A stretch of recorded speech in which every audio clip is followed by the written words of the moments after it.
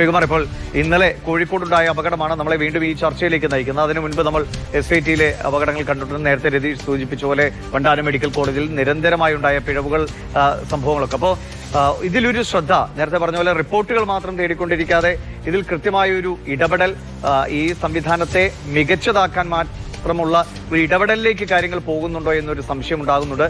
അത് എന്തുകൊണ്ടായിരിക്കാം? അങ്ങേക്ക് എന്ത് തോന്നുന്നു? ഈ വാർത്ത പുറത്തു വന്നതിന് ശേഷം ബഹുമാനപ്പെട്ട മുഖ്യമന്ത്രിയും മന്ത്രിയും ഒക്കെ പറഞ്ഞത് ഇതിൽ ദുഃഖം രേഖപ്പെടുത്തുന്നു, അല്ലെങ്കിൽ ഉണ്ടാകാൻ പാടില്ലാത്തതാണ് എന്ന് പറഞ്ഞ് കൈകഴുകി പോകുന്ന ഒരു സമീപനം. ഇത് അവർ പറയുമ്പോൾ ഇതിൻ്റെ ഉത്തരവാദികൾ ആരാണ്? ഈ ഗവൺമെൻറ്റിൻ്റെ വിവിധ ഡിപ്പാർട്ട്മെൻറ്റുകളാണ് ഇതിൻ്റെ ഉത്തരവാദി. ആരോഗ്യ വകുപ്പിൽ ഈ മുഖ്യമന്ത്രിയുടെ തന്നെ കീഴിലുള്ള ഫയർ ആൻഡ് സേഫ്റ്റി ഡിപ്പാർട്ട്മെൻ്റ് ഉണ്ട്. ആ ഡിപ്പാർട്ട്മെൻറ്റിൻ്റെ ഒരു ക്ലിയറൻസും ഇല്ലാതെയാണ് സംസ്ഥാനത്തെ സർക്കാർ ആശുപത്രികൾ പ്രവർത്തിക്കുന്നത്. നമുക്ക് കോഴിക്കോട് ഈ ആശുപത്രി ഇപ്പോൾ ഈ തീപിടുത്തം ഉണ്ടായത് വലിയ കാലപ്പഴക്കമുള്ള ഒരു ആശുപത്രിയല്ല. ഈ അടുത്ത കാലത്ത് PMSSY എന്ന് പറയുന്ന കേന്ദ്ര പദ്ധതി പ്രകാരം പണി കഴിപ്പിച്ച ഒരു കെട്ടിടത്തിൽ നിന്നാണ്, വലിയ പഴക്കം 2, 3, 4 വർഷത്തെ പഴക്കമുള്ള സ്ഥലത്തു നിന്നാണ്. അപ്പോൾ അവിടെയൊക്കെ ഈ ഫയർ ആൻഡ് സേഫ്റ്റിയുടെ ക്ലിയറൻസ് വാങ്ങിയിട്ടില്ല. നിലവിലും അതില്ല. നമ്മുടെ തിരുവനന്തപുരം മെഡിക്കൽ കോളേജിലും അതുതന്നെയാണ് അവസ്ഥ. അപ്പോൾ തിരുവനന്തപുരം മെഡിക്കൽ കോളേജിൽ ഇപ്പോൾ ഏറ്റവും ഭയാനകമായ മറ്റൊരു അവസ്ഥ എന്ന് പറയുന്നത്, ഓക്സിജൻ പ്ലാന്റ്, കേന്ദ്രീകൃതമായ ഓക്സിജൻ പ്ലാന്റിൽ നിന്നാണ് ICUവിലേക്കും വാർഡുകളിലേക്കും ഓക്സിജൻ സപ്ലൈ ചെയ്യുന്നത്. മുൻകാലങ്ങളിൽ സിലിണ്ടറിൽ കൊണ്ട് എത്തിച്ചിരുന്ന ആ സിസ്റ്റം മാറിക്കൊണ്ട് സെൻട്രലൈസ്ഡ് ആയിട്ടുള്ള ഓക്സിജൻ സംവിധാനം, ഈ സെൻട്രലൈസ്ഡ് ഓക്സിജൻ സംവിധാനത്തിൽ വാർഡുകളിലും ICUവിലും ഓക്സിജൻ എത്തിക്കുമ്പോൾ കഴിഞ്ഞ എത്രയോ വർഷക്കാലമായി അവിടുത്തെ ജീവനക്കാർ വളരെ ഭയപ്പാടോടുകൂടി ഞങ്ങളോട് പറയാറുണ്ട്, ഈ ഓക്സിജൻ പ്ലാന്റിൽ നിന്ന് വരുന്ന ഓക്സിജൻ പല സ്ഥലത്തും മെയിൻ്റനൻസ് കൃത്യമായി ചെയ്യാത്തത് കൊണ്ട് ഇത് ചോർച്ച വന്നുകൊണ്ടിരിക്കുകയാണ്. ഈ ചോർച്ചയിൽ ചെറിയൊരു സ്പാർക്ക് ഉണ്ടായാൽ പോലും തീപിടുത്തമുണ്ടാകും എന്നുള്ള കൃത്യമായ അറിവ് ഉദ്യോഗസ്ഥർക്കുണ്ട്. തിരുവനന്തപുരം മെഡിക്കൽ കോളേജിലെ കാര്യമാണ് പറയുന്നത്. ഇതിനെ സംബന്ധിച്ച് കൃത്യമായ റിപ്പോർട്ട് ആരോഗ്യ വകുപ്പിൻ്റെ കയ്യിലുണ്ട്. ഈ റിപ്പോർട്ടുകൾ കയ്യിൽ വെച്ച് പൂഴ്ത്തി വയ്ക്കുന്നതിന് പകരം അടിയന്തരമായി ചെയ്യേണ്ട മെയിൻ്റനൻസ് പ്രവർത്തനങ്ങൾ ചെയ്യുന്നില്ല എന്നുള്ളതാണ് ഇതിൻ്റെ ഒരു യാഥാർത്ഥ്യം. അതിന് ഞാൻ അന്വേഷിക്കുമ്പോൾ ഇത്തരം പ്രവർത്തനങ്ങൾക്കൊന്നും ആനുവൽ മെയിൻ്റനൻസിന് AMC ഫണ്ട് സർക്കാർ നൽകുന്നില്ല. നമുക്കറിയാം, സംസ്ഥാനത്ത് 5 മെഡിക്കൽ കോളേജുകൾ ഉണ്ടായിരുന്ന സ്ഥാനത്ത് ഇന്ന് 14 മെഡിക്കൽ കോളേജുകളുണ്ട്. എല്ലാ ജില്ലകളിലും മെഡിക്കൽ കോളേജ് നല്ല കാര്യമാണ്. പക്ഷേ ഈ 14 മെഡിക്കൽ കോളേജ് എന്നൊക്കെ പറയും, പലയിടത്തും മെഡിക്കൽ കോളേജ് ബോർഡ് മാത്രമല്ലേ ഉള്ളൂ. അത് തന്നെയാണ് പറഞ്ഞു വരുന്നത്. ഈ 14 മെഡിക്കൽ കോളേജ് എന്ന് പറഞ്ഞ് 5 മെഡിക്കൽ കോളേജിൽ എത്ര രൂപയാണോ ബഡ്ജറ്റ് വിഹിതമായി കഴിഞ്ഞ കാലങ്ങളിൽ നൽകിയിരുന്നത്, അതിൽ നിന്നും 10 രൂപ പോലും കൂട്ടിയിട്ടില്ല. മുൻകാലം 5 മെഡിക്കൽ കോളേജ് ഉണ്ടായിരുന്ന സ്ഥലത്തേക്കാണ് ഈ 14 മെഡിക്കൽ കോളേജിൽ അതേ തുക തന്നെ നൽകിയാണ്. അപ്പോൾ ഈ തുകയൊന്നും കൃത്യമായ സമയത്ത് ആശുപത്രി എത്തുന്നില്ല. ഈ അനുവദിക്കുന്ന തുക തന്നെ ബജറ്റിലെ പുസ്തകത്തിൽ മാത്രമാണ്. കഴിഞ്ഞ വർഷത്തെ 24-ലെ ഒരു കണക്കെടുത്ത് പരിശോധിച്ചാൽ നമുക്കറിയാം, തിരുവനന്തപുരം മെഡിക്കൽ കോളേജ് കിട്ടേണ്ടതിൻ്റെ 50% ബഡ്ജറ്റ് വിഹിതം പോലും അക്കൗണ്ടിൽ കിട്ടിയിട്ടില്ല. അങ്ങനെ വരുമ്പോൾ അവിടുത്തെ പ്രവർത്തനങ്ങൾ നടത്താൻ പറ്റാതാകുന്നു.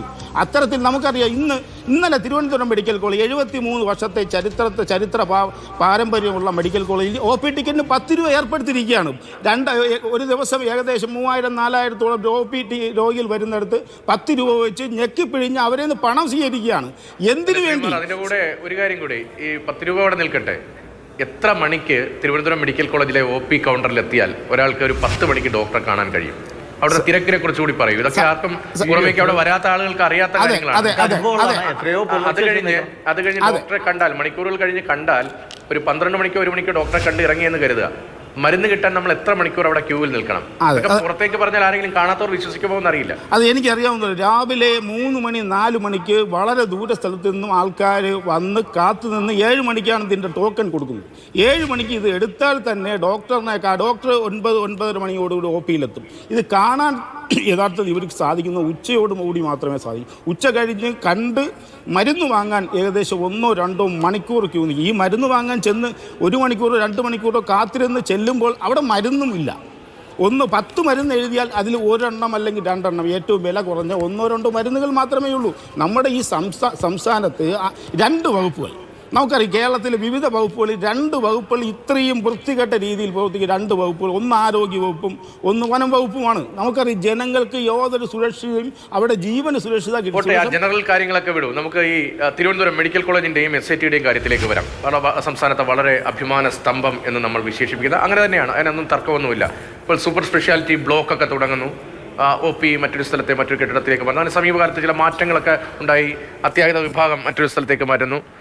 അവിടുത്തെ പ്രശ്നം എന്താണ്? ഇപ്പോൾ ഒരു രോഗി കൂട്ടിരിപ്പുകാർക്കൊപ്പം അവിടെ അഡ്മിറ്റ് ആയാൽ കൂട്ടിരിപ്പുകാർക്ക് മാനേജ് ചെയ്യാൻ കഴിയുന്ന തരത്തിലാണ് അവിടുത്തെ സംവിധാനങ്ങളൊക്കെ ക്രമീകരിച്ചിരിക്കുന്നത്. സ്കാനിങ്ങിനടക്കം ഉള്ള സംവിധാനങ്ങൾ കൃത്യമായി പ്രവർത്തിക്കുന്നുണ്ടോ? ഈ OPയിലെ ബുദ്ധിമുട്ട് പോലെ അവിടെ ഇൻപേഷ്യൻ്റ് എന്ന നിലയിലും എന്തൊക്കെ ബുദ്ധിമുട്ടുകളാണ് അനുഭവിക്കേണ്ടി വരുന്നത്? എങ്ങനെ പരിഹരിക്കാൻ കഴിയും? അവിടെ വിവിധ ഡിപ്പാർട്ട്മെൻറ്റുകളുടെ ഒരു ഏകീകരണം സംസ്ഥാനത്ത് മെഡിക്കൽ കോളേജുകളിൽ ഇല്ല. നമുക്കറിയാം ഈ 15-16 വാർഡുകൾ ഉൾപ്പെടെ ഒരു 3 നില കെട്ടിടം അത് ഇടിച്ചിട്ടിട്ട് വർഷം 3 കഴിഞ്ഞു. അവിടെ പുതിയ കെട്ടിടം നിർമ്മിക്കുന്ന 6 നിലയുള്ള കെട്ടിടം നിർമ്മിക്കുന്നതിന് വേണ്ടിയാണ് പഴയ മോർച്ചറിയുടെ അടുത്തായിട്ട് ഇടിച്ചു പൊളിച്ച് കളഞ്ഞ് 3 വർഷമായി. ഇപ്പോഴും ഇതിൽ ഏറ്റവും പ്രധാനപ്പെട്ട കാര്യം ഈ മെഡിക്കൽ കോളേജിൽ പ്രവർത്തിക്കുന്ന ഇലക്ട്രിക് വിങ്, PWDയുടെ കീഴിൽ പ്രവർത്തിക്കുന്ന ഇലക്ട്രിക് വിങ്, അവിടെ ഒരു ഉദ്യോഗസ്ഥൻ പോലും ഇല്ല. നമുക്കറിയാം SITയിൽ അന്ന് കറണ്ട് പോയ സമയത്ത് 4-3 ഉദ്യോഗസ്ഥരെ സസ്പെൻഡ് ചെയ്തു.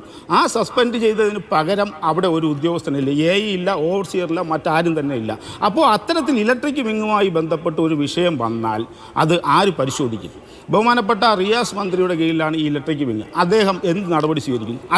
അതിൽ മറ്റൊന്ന് മുഖ്യമന്ത്രിയുടെ കീഴിലുള്ള ഫയർ ആൻഡ് സേഫ്റ്റി. നമുക്കറിയാം ലിഫ്റ്റിൽ ഒരാൾ കുടുങ്ങി 2 ദിവസം ലിഫ്റ്റ് കിടന്നു.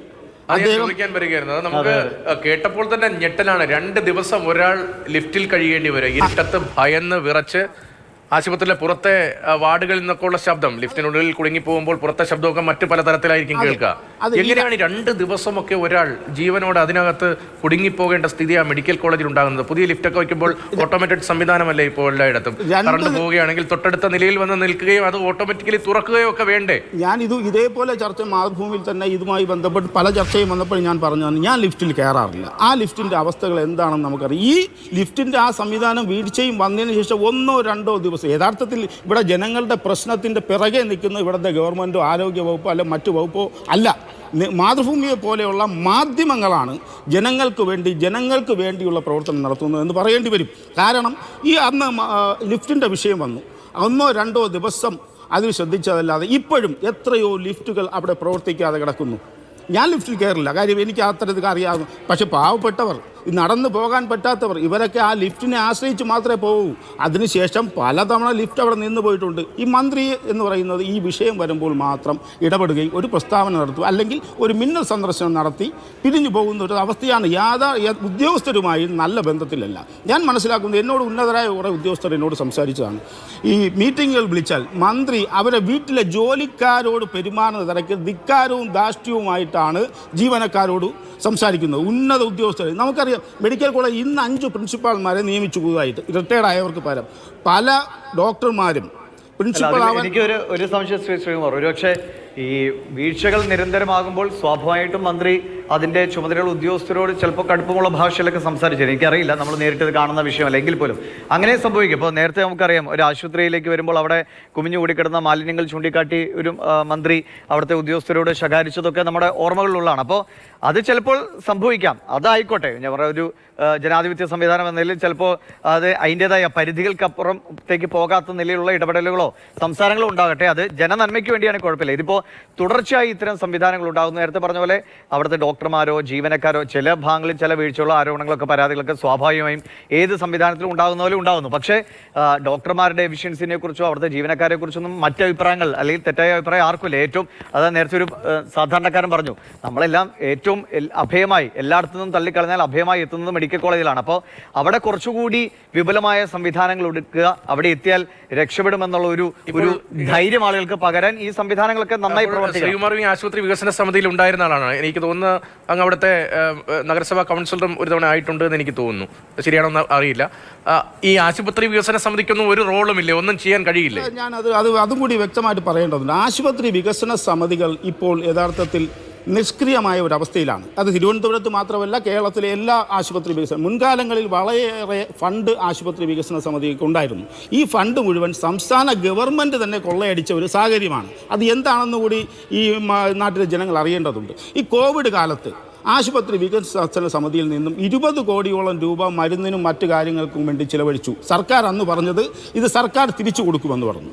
നാളിതുവരെ സർക്കാർ അത് തിരിച്ചു കൊടുത്തിട്ടില്ല. അതുപോലെ തന്നെ നമുക്കറിയാം, കാർഡിയോളജി വിഭാഗത്തിൽ സ്റ്റെൻറ്റ് ഉൾപ്പെടെയുള്ള ഉപകരണങ്ങൾ ഇല്ലാത്തത് കൊണ്ട് പലപ്പോഴും ശസ്ത്രക്രിയ മുടങ്ങിയ, അപ്പോൾ ഒരു സ്റ്റെൻറ്റിന് 70,000-വും 1 ലക്ഷം രൂപ വിലയുള്ള സാധനങ്ങൾ ആശുപത്രി വികസന സമിതിയിൽ നിന്നും പണം എടുത്ത് വാങ്ങുകയാണ്. പിന്നീട് സർക്കാർ നൽകുമെന്ന് പറയും. ആ പണം സർക്കാർ നൽകുന്നില്ല.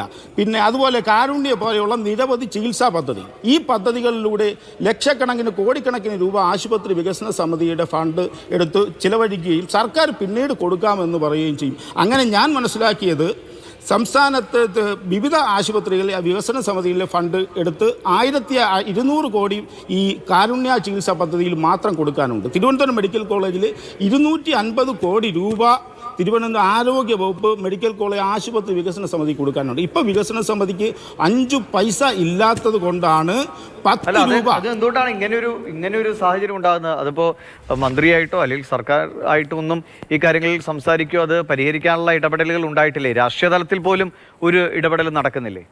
അതാണ് ഞാൻ പറഞ്ഞു, ഇവിടെ എന്തെങ്കിലും ജനത്തിന് വേണ്ടി ചെയ്യാൻ കഴിയുന്നത് ഇപ്പോൾ മാധ്യമ പ്രവർത്തകർക്ക് മാത്രമാണ്. നിങ്ങൾ എന്തെങ്കിലും ഇടപെട്ടാലേ ഇവിടെ നീതി നടപ്പാവൂ എന്നൊരവസ്ഥയിലുണ്ട്. അതുകൊണ്ട് ബഹുമാനപ്പെട്ട മാധ്യമ പ്രവർത്തകർ, മാതൃഭൂമിയുടെ പ്രവർത്തകരോട് എനിക്ക് പറയാനുള്ളത്, നിങ്ങൾ ഇത്തരം വിഷയങ്ങൾ മന്ത്രിയോട് ചോദിക്കണം. തിരുവനന്തപുരം മെഡിക്കൽ കോളേജിൽ 250 കോടി രൂപ വിവിധ ചികിത്സാ പദ്ധതിക്കും വിവിധ കോവിഡ് കഴിഞ്ഞിട്ട് 5 വർഷമായി, ഈ ഇത്രയും കാലത്തെ പണം അവർക്ക് കൊടുക്കാനില്ലാത്ത തിരുവനന്തപുരം മെഡിക്കൽ കോളേജിൽ 600ഓളം ജീവനക്കാർ HDS മാത്രമുണ്ട്. അവർക്ക് ശമ്പളം കൊടുക്കാൻ കഴിയാത്തത് കൊണ്ടാണ് ഇപ്പോൾ 10 രൂപ ആശുപത്രിയിൽ OP ടിക്കറ്റ് വാങ്ങേണ്ട ഗതികേട് വന്നത്. ബഹുമാനപ്പെട്ട മന്ത്രി ഈ 10 രൂപ വാങ്ങുന്ന പണി നിർത്തിവെച്ചുകൊണ്ട് കൊടുക്കാനുള്ള പൈസ തിരുവനന്തപുരം മെഡിക്കൽ കോളേജ് നൽകാൻ തയ്യാറായാൽ ഈ പ്രശ്നങ്ങൾ തീരുന്നതേ ഉള്ളൂ. പക്ഷേ ഇന്ന് 10 രൂപ സ്വയംഭരണ സ്ഥാപനമാക്കി മാറ്റാൻ പോവുകയാണ്. ഈ ഗവൺമെൻറ് സർക്കാർ മെഡിക്കൽ കോളേജുകളെയും ആശുപത്രികളെയും നിങ്ങൾ പ്രവർത്തിക്കണമെങ്കിൽ നിങ്ങൾ ജനങ്ങളിൽ നിന്ന് പണം പിഴിഞ്ഞെടുത്ത് സർക്കാർ ആശുപത്രിയിൽ പ്രവർത്തിച്ചോളൂ എന്ന് പറയുന്ന അവസ്ഥയിലോട്ട് പോവുകയാണ്. അപ്പോൾ ഇതിനെ നമുക്ക് അംഗീകരിക്കാൻ സാധിക്കുമോ? മാധ്യമങ്ങളല്ലാതെ ജനങ്ങൾക്ക് അഭയമില്ലാത്ത ഒരു സാഹചര്യമായി മാറിയിരിക്കുകയാണ്. ദയവ് ചെയ്ത് മാധ്യമങ്ങൾ, നിങ്ങൾ ഉൾപ്പെടെയുള്ള മാധ്യമങ്ങൾ കൂടുതൽ ഈ കാര്യം ശ്രദ്ധ ചെലുത്തണം. മുഖ്യമന്ത്രിയോടും ആരോഗ്യമന്ത്രിയോടും ഇതിനെക്കുറിച്ച് ചോദിക്കണം എന്നുള്ളതാണ് എൻ്റെ അഭിപ്രായം.